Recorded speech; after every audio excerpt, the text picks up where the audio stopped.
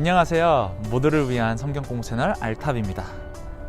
성경의 빅픽처 시리즈 제4강은 반복되는 실망이라는 제목으로 여자의 후손을 기다리는 우리 모두에게 수많은 사람들이 어떻게 우리에게 기대감을 주었음에도 불구하고 실망감을 또 안겨주며 스토리가 마무리되는지를 살펴보도록 하겠습니다. 그런데 이 강의 때 너무나도 중요한 것 중 하나는 무엇이냐면 여러분들이 아마 가장 어려워하시고 익숙치 않아 하시는 이사야, 예레미야, 그리고 에스겔과 같은 선지서들도 조금 다뤄보도록 할 텐데 겁먹지 마시고 쉽게 준비했으니 함께 선지서들도 같이 보면서 성경의 큰 그림을 그려보았으면 좋겠습니다. 그럼 이제 시작해보도록 하겠습니다.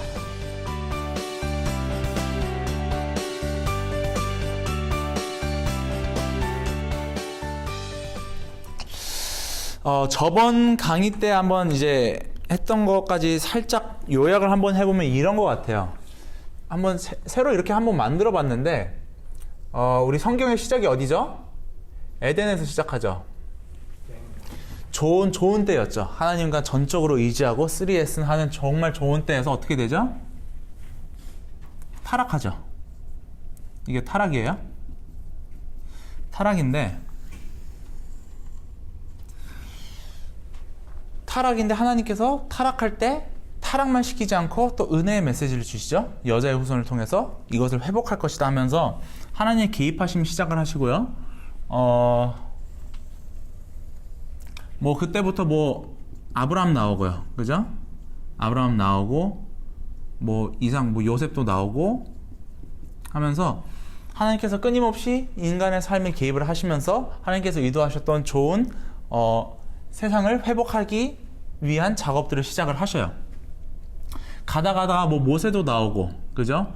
모세 나오면서 하나님께서 계속 언약을 맺으시고, 그 다음에 또 무슨 일이 있죠? 다윗 때 왕국이 성립되면서 사람들이 희망이 올라가요. 다윗이다 올라간다. 이땐가? 다윗이 그 미스터 제네시스 3인가?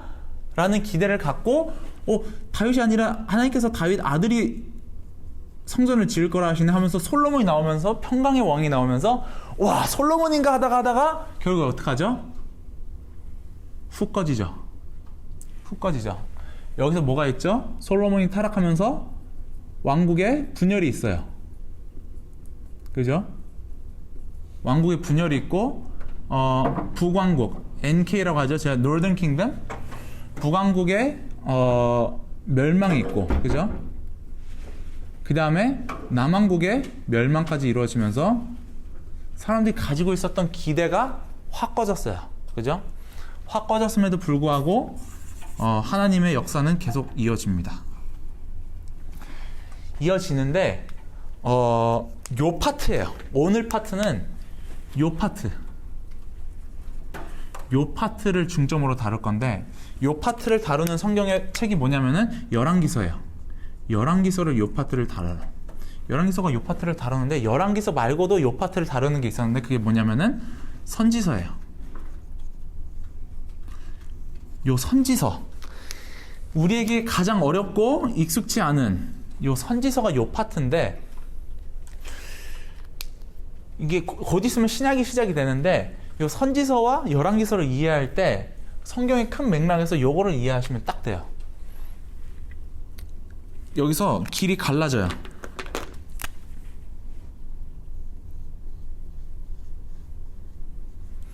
요렇게 갈라져요. 두 갈래로 갈라지는데 무슨 뜻이냐면은 요것은 요 시기는요 현상이에요. 현상. 실제로 있었던 일들, reality. 실제로 역사 속에서 있었던 일들을 요렇게 보면은 하락이에요. 완전 하락과 실망인데 선지자들이 했던 말들을 보면은요 요것을 징계해요. 너네들 그러면 안 돼. 회개해야 돼. 돌아와야 돼. 하나님을 섬겨야 돼. 3S 하면서 살아야 돼. 라고 끊임없이 외침과 동시에 또 다른 하나의 이상을 이야기를 해요. 선지자들의 기대가 나와요. 끊임없이 너네 그러면 안 돼. 하나님께서 혼내실 거야. 돌아와. 라고 하시면서도 동시에 근데 하나님께서 이 세상을 회복하실 건데 이 세상 회복하실 때 이런 모습으로 올 거야 라고 하면서 내용을 하는 게 결국엔 여기서 갈라져요. 이 괴리감, 현상과 이상의 괴리감을 우리가 이해를 하면서 볼 수밖에 없는 게 이 열왕기서, 역사서와 선지서인데 이게 갈라지다 보니까 우리가 선지서를 이해하기 힘들어진 건데 요거를 우리가 중점적으로 볼 건데 핵심적으로 누구를 보면은 그 대선지서의 3명을 볼 거예요. 이사야를 볼 거고요. 이사야는 요 시점이에요. 이사야. 두 번째는 예레미야. 예레미야는 얘네들이 멸망할 때가 예레미야예요. 예레미야고 포로로 끌려가서 완전 멸망하고 포로 시기 때 활동을 했던 선지자가 하나 있을 때 그게 누구냐? 에스겔이에요. 에스겔.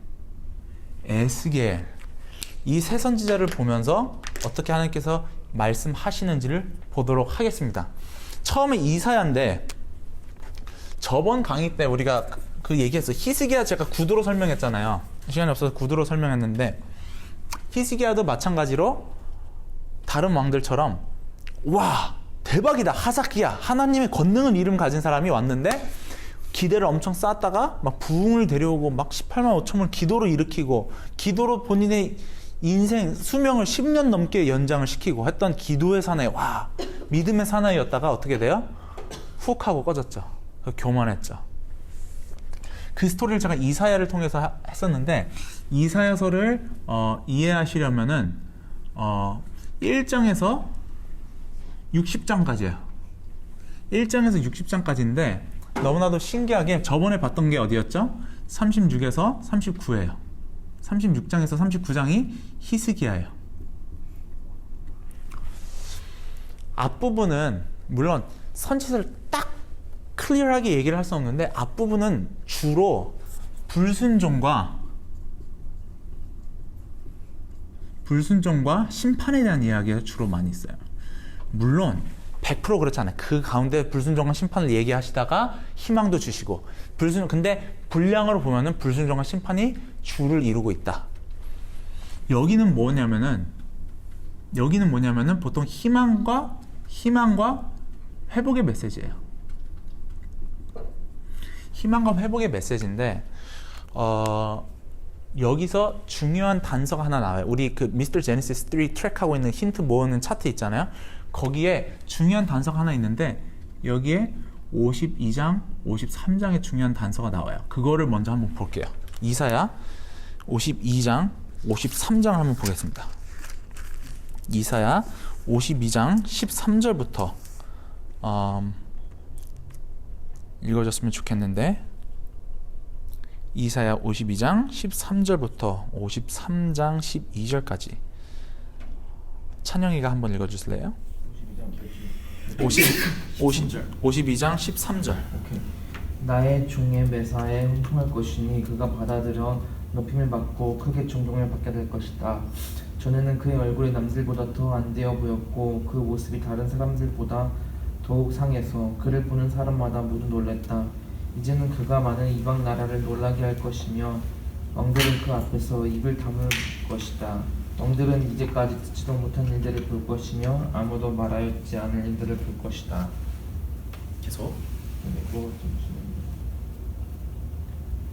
우리가 들은 것을 누가 믿었느냐? 주님의 능력이 누구에게 나타났느냐? 그는 주님 앞에서 마치 연한 순과 같이 마른 땅에서 나온 쌀과 같이 자라서 그에게는 고운 모양도 없고 훌륭한 틈추도 없으니 우리가 보기에 흠모할 만한 아름다운 모습이 없다. 그는 사람들에게 멸시를 받고 버림을 받고 고통을 많이 겪었다. 그는 언제나 병을 앓고 있었다. 사람들이 그에게서 얼굴을 돌렸고 그가 멸시를 받으니 우리도 덩달아 그를 귀하게 여기지 않았다. 그는 실로 우리가 받아야 할 고통을 대신 받고 우리가 겪어야 할 슬픔을 대신 겪었다. 그러나 우리는 그가 징벌을 받아서 하나님에게 맞으며 고난을 받는다고 생각하였다. 그러나 그가 찔린 것은 우리의 허물 때문이고 그가 상처를 받은 것은 우리의 악함 때문이다. 그가 징계를 받음으로써 우리가 평화를 누리고 그가 매를 맞음으로써 우리의 병이 나았다. 우리는 모두 양처럼 길을 잃고 각기 제 갈 길로 흩어졌으나 주님께서 우리 모두의 죄악을 그에게 지우셨다. 네, 여기까지 일단 해볼게요. 그가 누구예요? 지금 여기서 읽는 그가 누구예요? 아니 텍스트에 보면은 52장 13절에 내 종, 그죠? 하나님이 말씀하시는데 나의 종이 올 거래요. 포인트는 이거예요. 이사야서는 아시는 분들 아실 수 있는데 66장, 죄송해요. 60장이 아니라 66장이죠. 66장으로 이루어진 책인데 사람들이 흔히 이제 이사야서를 성경의 복음을 가장 잘 드러내주는 책이다 이야기를 해요. 이게 우연인지 하나님께서 개입하신지는 모르겠으나 한번 그냥 들어보세요. 편하게 들으세요. 이거 막 따지지 말고. 성경에 몇 권이 있죠? 성경에 66권이 있어요. 그죠? 구약에 몇 권이 있죠? 구약에 39권이 있어요. 그죠? 구약에 39권으로 이루어졌고 신약은 몇 권이 있죠? 27권. 여기가 정확하게 27장이에요. 여기 첫 섹션 있죠? 불순종과 심판이라는 주제를 다룬 이사야 파트가 39장이에요. 그죠? 1장에서 39장. 39장부터 끝나고 히스기야 실망하고 히스기야인 줄 알았는데 아유 실망했네. 그냥 완전 개판 쳤네 마지막에. 그래서 실망하던 그 사람들에게 40장 1절이 뭐라고 얘기하냐면은 comfort my people. 위로하라. 나의 백성을 위로하라고 하시면서 위로의 메시지가 시작이 돼요. 그게 27장이에요. 이게 올바른 터미널로지는 아니긴 한데 구약 때는 하나님께서 어떻게 하시죠? 끊임없이 율법에 순종하지 못하는 백성들을 책망하셔요. 책망하시고 그게 아니야. 버리시진 않는데 책망하셔요. 그죠? 그런데 신약에 가면 어떻게 되죠? 책망 받을 수밖에 없는 끊임없이 실패하는 우리를 위해 한 분이 오셨죠? 그게 누구다? 예수님이 오셨죠. 그런데 너무나도 신기한 게 이 27장 치의 그 후반부 있잖아요. 27장의 가장 중앙이 여기거든요. 52장, 53장이 계산해 보면은 40에서 66인데 여기 가운데를 치면은 52, 53이 나와요. 52, 53에 나의 종이 와서 너네들의 죄지을 수밖에 없는 그런 죄된 모습을 회복하러 누군가가 올 것이야. 근데 그 사람은 어떤 모습으로 온다? 종의 모습으로 올 거야. 노예의 모습으로 올 건데 그 종이 와서 뭘 할 거냐면은 너네들의 죄 때문에 그 사람이 대신 고난을 받을 거야. 그게 내가 너네들에게 희망과 회복을 주는 방법이 될 거야 라고 이야기를 하셔요. 그래서 그 종이 와가지고 희망과 회복을 할 때 어떤 모습이 되냐, 결과물이 뭐냐라고 나오냐면요, 바로 65장의 결과물이 나와요. 65장 이사야 65장으로 한번 가볼게요. 이사야 65장에 가면은 17절로 가보는데 결국에는 그래, 불순종한 심판, 히스기야와 같은 실망, 실패, 인간의 연약함으로 인해서 실망과 실패를 끊임없이 경험했던 이스라엘에게 하나님께서 희망의 메시지를 주시고 그 희망의 메시지의 통로는 누구다? 나의 종을 통해서 올 거다. 그 종이 와서 그러면 뭘 할 거냐? 너네들의 죄를 위해서 대신 고난을 받을 건데 그 결과물이 무엇이냐? 65장에 나와 있는 모습이에요. 65장 17절을 한번 볼게요. 65장 17절부터 65장 마지막 절까지 줄경이 한번 읽어주세요. 보라, 내가 새 하늘과 새 땅을 창조하나니 이전 것은 기억되거나 마음에 생각나지 아니할 것이라. 새 하늘과 새 땅을 창조하신대요.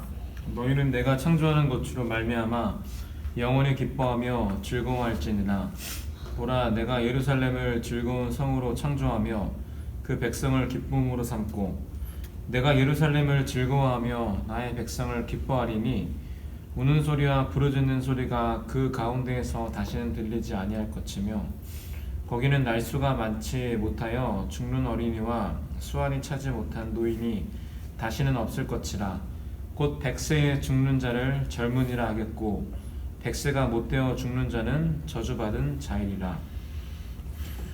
그들이 가옥을 건축하고 그 안에 살겠고 포도나무를 심고 열매를 먹을 것이며 그들이 건축한 데에 타인이 살지 아니할 것이며 그들이 심은 것을 타인이 먹지 아니하리니 이는 내 백성의 수완이 나무의 수완과 같겠고 내가 택한 자가 그 손으로 일한 것을 길이 누릴 것이며 그들의 수고가 헛되지 않겠고 그들이 생산한 것이 재난을 당하지 아니하리니 그들은 여호와의 복된 자의 자손이요 그들의 후손도 그들과 같을 것임이라.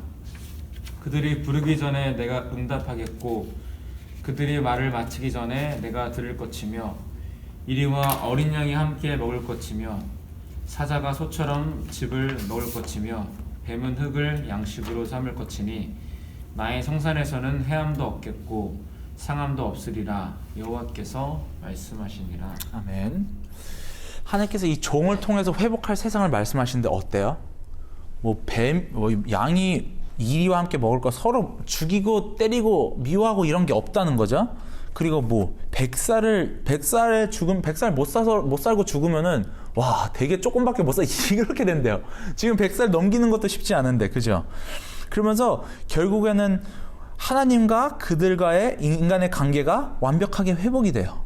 그들이 부르기 전에 내가 응답하겠고, 그들이 말을 마치기 전에 내가 하나님과 이 친밀한 관계가 회복이 되는 것을 얘기를 하는 걸 봤을 때, 이 에덴의 모습, 그죠? 에덴의 모습을 능가하는 모습이 결국에는 이사야에서 그려지고 있어요. 에덴의 모습을 능가하는 모습이 그려지고 있어요.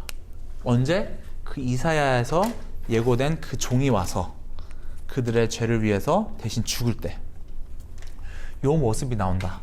그래서 결국 이사야서에서 두 가지 힌트를 적으시면 돼요. 첫 번째는 뭐다? 종이 와서 죄를 위해 죽을 것.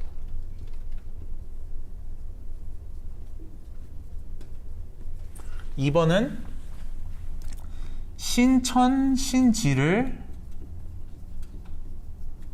창조하실 것. 여러분, 그 신천지라는 이단 때문에 우리가 하나님께서 우리에게 주신 그 단어를 부끄러우면 안 되죠, 그죠?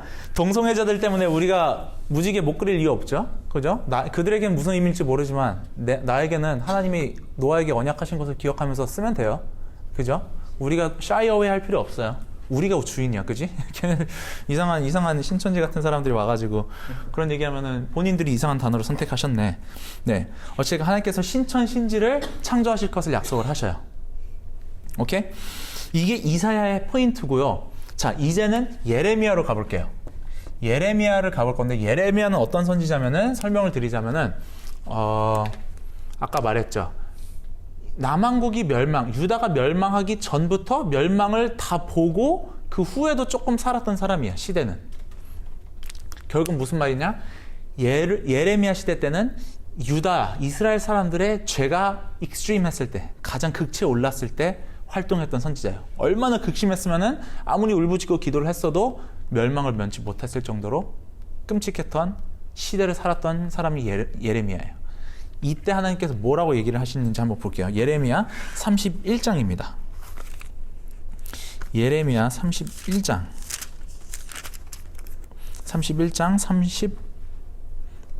31절. 예레미야 31장 31절부터 은양이가 준비됐으면 은양이가 읽어줄래요? 여호와의 말씀이니라. 보라, 날이 이르리니 내가 이스라엘 집과 유다 집에 새 언약을 맺으리라. 이 언약은 내가 그들의 조상들의 손을 잡고 애굽 땅에서 인도하여 내던 날에 맺은 것과 같지 아니할 것은, 내가 그들이 남편이 되었어도 그들이 내 언약을 깨뜨렸음이라. 여호와의 말씀이니라. 그러나 그날 후에 내가 이스라엘 집과 맺을 언약은 이러하니, 곧 내가 나의 법을 그들의 속에 두며 그들의 마음에 기록하여 나는 그들의 하나님이 되고 그들은 내 백성이 될 것이라. 여호와의 말씀이니라. 그들이 다시는 각 이웃과 형제를 가리켜 이르기를 너는 여호와를 알라 하지 아니하리니, 이는 작은 자로부터 큰 자까지 다 나를 알기 때문이라. 내가 그들의 악행을 사하고 다시는 그 죄를 기억하지 아니하리라. 여호와의 말씀이니라. 감사합니다. 31장에 예레미야가 너무나도 모순적인 말을 해요. 이 죄가 극심했던 이때에 뭐라고 나오냐면은, 하나님께서 새 언약을 만드실 건데 훗날에는 어떤 언약의 결과가 뭐냐면은, 마음판에 하나님이 율법을 새긴대요. 율법에 뭐 10계명을 새기는 건지 뭐 신명기 6장을 새기는 건지 모르겠지만, 율법을 새기면은 인간의 본능이 바뀐대요. 우린 본능이 뭐예요? 죄 짓는 게 본능이에요, 그죠? 다른 사람 보면 사랑하는 게 본능이 아니라 미워하고 경쟁하고 그 사람보다 나아지려는 게 인간의 본능이에요. 근데 본능 자체가 바뀐대요. 여기 그들 아내라고 그냥 번역이 됐는데 굉장히 구체적인 단어예요. 그들의 가장 은밀하고 깊숙한 마음 한 곳, 그 사람의 가장 깊은 내면에다가 하나님께서 율법을 적는다고 했거든요. 그게 그 나중에 하나님께서 하실 그 언약의 내용인데 17장에 보면은 이게 되게 놀라워요. 예레미야 17장으로 돌아가 볼게요. 그 마음 깊은 거는 사실 이미 뭐가 써져 있대요. 뭐가 그 마음간에 써져 있냐면은 17장 1절 2절 제가 읽습니다.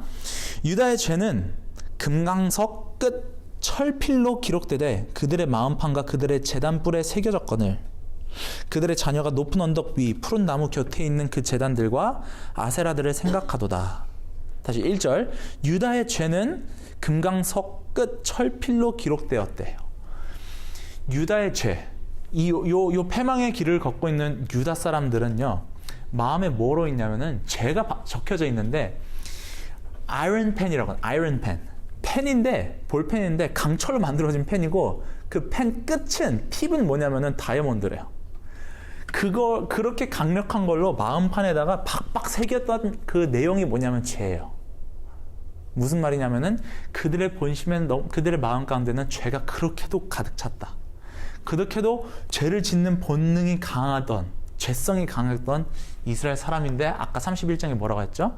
하나님께서 새 언약을 맺으실 건데 그 새 언약의 내용이 뭐다?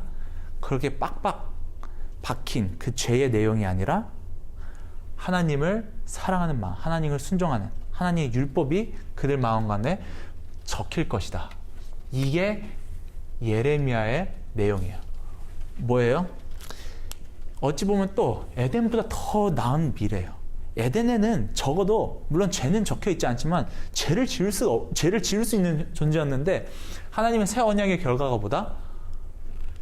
죄를 몰라. 야, 하나님 믿어야 돼 라는 말할 필요가 없어. 서로 하나님이 이미 알고 서로 섬기고 있대. 그 정도로 성령 충만한 거룩한 삶을 사는 모습으로 살게 될 것이다. 요 괴리감이 어마어마하죠. 예레미야가 얘기하는 미래와 그때 현실의 괴리감. 선지서와 역사서의 차이가 딱 그거예요. 요거를 비난하고 혼내키면서도 미래를 약속하는데 너무나도 어마어마한 미래를 얘기해요. 자, 예레미야 내용을 정리를 해보면은 죄성이 변하여 마음이 거룩해진다. 인간의 죄성이 변해서 마음이 거룩해진다. 이게 예레미야라는 선지자의 핵심 포인트예요. 세 번째는 에스겔이에요. 에스겔은 어떤 선지자이냐면요, 예루살렘이 멸망한 다음에 있었던 선지자야. 물론 정확히 말을 하면은 에스겔도 요 전부터 있었는데 활동은 이 멸망 후에 많이 했었던 선지자야. 활동 멸망을 후에 했는데 아니나 다를까 또 이렇게 또 다른 괴리감 있는 메시지를 전해요. 야, 너네들 정말 못됐다. 너네들 그러면 안 돼. 회개해야 돼 라고 얘기를 마치면서 또 동시에 하나님께서 일하실 미래에 대해서 이야기를 하는데 그게 에스겔서예요. 에스겔서 8장부터 한번 볼게요. 에스겔서는 조금 자세히 볼 건데 그 이유는 에스겔서가 이 이스라엘의 이때의 죄를 굉장히 좀 세게 말해요. 제가 찔릴 정도로 이야기를 하는데 8장부터 한번 볼게요. 8장 1절부터 찬영이가 읽어주세요. 여섯째 해 여섯째 달 초 데스에 나는 집에 앉았고 유다의 장로들은 내 앞에 앉아 있는데 여기 나는 집에 앉았거라고 하는데 집이 지금 이 사람 바벨론에 가 있어요. 포로로 끌려가서 지금 이스라엘이 아니라 바벨론에서 포로로 있는 중에 거기로 같이 포로로 끌려간 장로들이 나한테 왔다 이 얘기예요. 유다의 장로들은 내 앞에 앉아 있는데 주 여호와의 권능이 거기에서 내게 내리기로 내가 보니 불같은 형상이 있더라. 그 허리 아래의 모양은 불 같고 허리 위에는 광채가 나서 단새 같은데 그가 송 같은 것을 펴서 내 머리털 한 모순을 잡으며 주의 영이 나를 들어 천지 사이로 올리시고 하나님의 환상 가운데서 나를 이끌어 예루살렘으로 가서 안뜰로 들어가는 북향한 문에 이르시니 거기에는 질투의 우상 곧 질투를 이어나게 하는 우상의 자리가 있는 곳이라. 이스라엘 하나님의 영광이 거기에 있는데 내가 들어서 본 모습과 같더라. 그가 내게 이르시되 인자야 이제 너는 눈을 들어 북쪽을 바라보라 하시기로 내가 눈을 들어 북쪽을 바라보니 제단문 어기 북쪽에 그 질투의 우상이 있더라. 그가 또 내게 이르시되 인자야 이스라엘 족속이 행하는 일을 보느냐 그들이 여기에서 길에 가증한 일을 행하여 나로 내 성소를 멀리 떠나게 하느니라.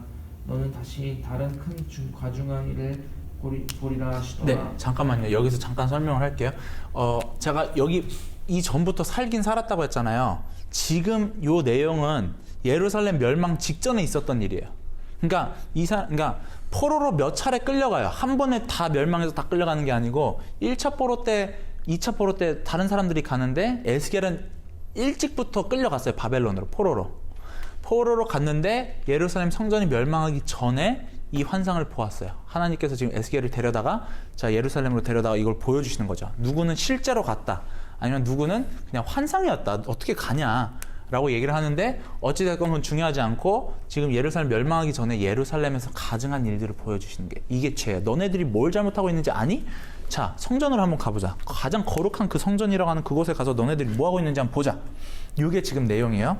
계속 7절부터 그가 나를 이끌고 끌 물에 이르시기로 내가 본즉 담에 구멍이 있더라. 그가 내게 이르시되 인자야 넌 네 담을 헐라 하시기로 내가 그 담을 허니 한 분이 있더라.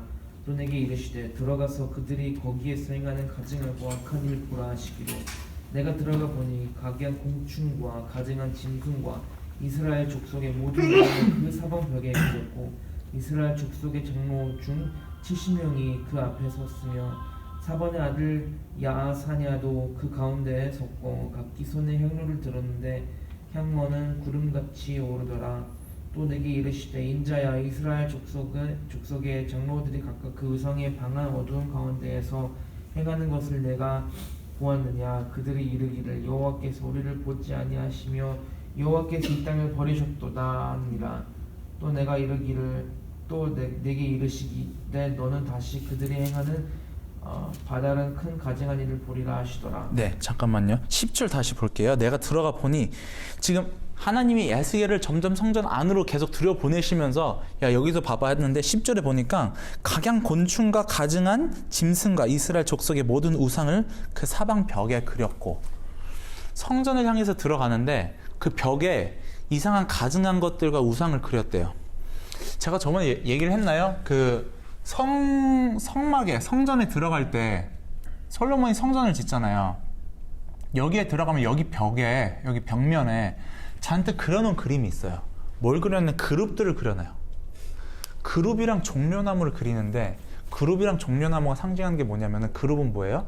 에덴 동산에서 인간들이 쫓겨날 때 하나님 못 들어오게 막았던 게 사용했던 천사들 있죠. 그 천사들이 그룹이에요. 하나님과 인간을 단절시켰던 그 그룹, 그것들을 기억하면 다시 그룹이 있는 곳, 그러니까 에덴이 있는 곳, 에덴으로 돌아가는 것을 기억하고자 그렸고, 종려나무였나? 하여튼 나무들을 그렸어요. 나무들을 상징하는 뭐예요? 선악과를 상징하는 거예요. 생명나무를 상징하는 거예요. 에덴 동산에서 먹었어야 했던 그 생명나무 대신 선악과를 먹었죠.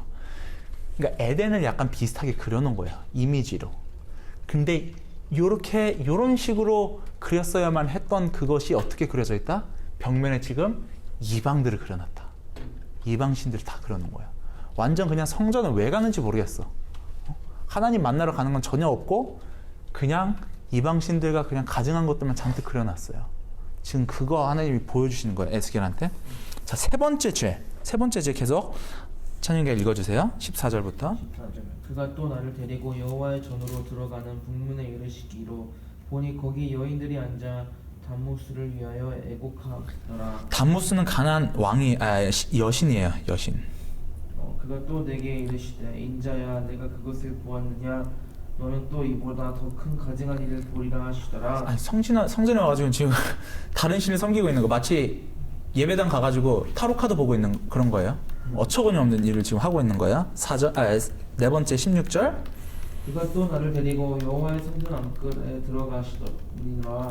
보라 여호와의 성전 문 곧 현문과 제단 사이에서 약 25명이 여호와의 성전을 등지고 나를 동쪽으로 향하여 동쪽 태양에게 예배하더라.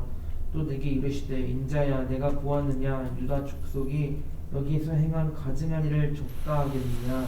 그들이 그 땅을 폭행으로 채우며 또다시 내 노염을 일으키며 심지어 나뭇가지를 그 코에 두었느니라. 그러므로 내가 분노로 갚아 불쌍히 여기지 아니하며 공의를 베풀지도 아니하리니 그들이 큰 소리로 내 귀에 부르짖을지라도 내가 듣지 아니하리라. 네, 16절 대박이죠. 데려가서 봤는데 지금 성전 안에 들어갔어요. 저번에 말했죠. 성전 문은 어느 쪽을 향하고 있다?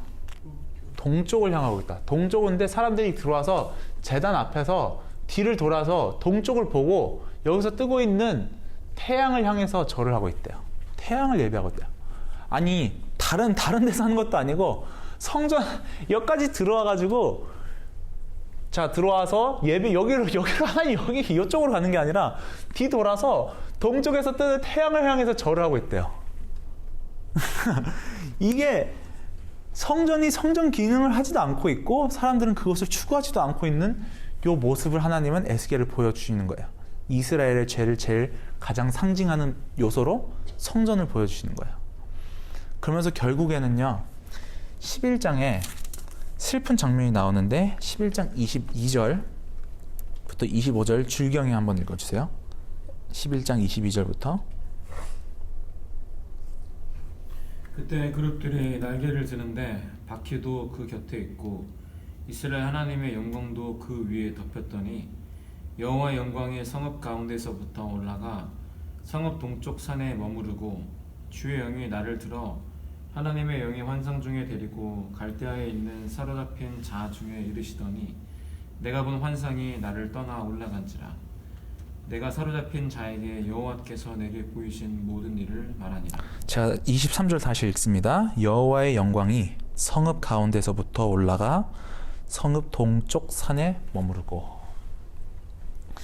기억나세요? 출애굽기 40장에 모세가 성막 완성했을 때 여기에 뭐가 있었죠? 하나님의 영광이 가득해서 아무도 못 들어갈 정도로 하나님의 임재가 너무나도 가득했던 그 장면. 그리고 열왕기상 8장인가요? 솔로몬이 성전을 봉헌할 때, 기도할 때 하나님의 영광이 가득 찼다고 했어요. 도저히 사람이 들어갈 수 없을 정도로 극심한 하나님의 영광. 그러니까 성전되는 것은 뭐냐면 하나님의 임재거든요. 그죠? 하나님이 계시면 되는데 하나님의 임재가 예루살렘에서 성전에서 떠나는 장면이에요. 왜? 이스라엘의 극심한 죄 때문에 하나님께서 더 이상 이들과 함께 할 수 없다. 그래서 떠나는 장면이에요. 그 다음에는 뭐 뻔하죠. 스토리가 하나님의 임재가 이스라엘을 떠났는데 기대할 게 뭐가 있겠어요. 결국에는 이스라엘 멸망하고 에스겔도 이때 이 스토리를 듣고 메시지가 나중에 변해요. 회개하라라는 메시지보다는 잘 버텨라 이런 식으로 변하는데 나중에 에스겔서의 스트럭처가 뭐냐면은 아까 뭐 1장에서 7장이 하나고 8장에서 11장 아까 읽었던 게 8장에서 11장이고 중요한 게 뭐냐면은 40장에서 48장까지 하나의 섹션이 한 덩어리예요. 40에서 48장이 한 섹션인데 여기에 무슨 내용이 있냐면은 성전 이야기가 나와요. 하나님께서 얘들아 미래에 언젠간 내가 새로운 성전을 만들 거야. 너네 통해 새로운 성전을 만들 건데 이 성전 내용을 자세히 보면은 어마어마하게 커요. 어마어마하게 커요. 그냥 나라들 덩어리채로 큰데 중요한 거는 이 성전에 뭐가 나왔다? 하나님의 임재가 들어가요. 에스겔 43장 한번 볼게요. 43장 1절부터 한번 읽어봅니다. 제가 읽겠습니다. 에스겔 43장 1절입니다. 그 후에 그가 나를 데리고 문에 이르니 곧 동쪽을 향한 문이라. 이스라엘 하나님의 영광이 동쪽에서부터 오는데 하나님의 음성이 많은 물소리 같고 땅은 그 영광으로 말미암아 빛나니 라고 나와 있어요. 새로운 성전을 40장부터 쭉 얘기를 해줘요. 하나님께서 에스겔에게. 그러면서 디테일을 다 얘기를 해주시는데 43장에 가면 뭐가 있다? 하나님께서 동쪽에서 하나님의 영광이 다시 그 성전에 들어가요. 그러면은 자 정리해 볼게요. 에스겔에서 하나님께서 약속하신 건 뭐다? 새로운 성전이 지어질 것이다.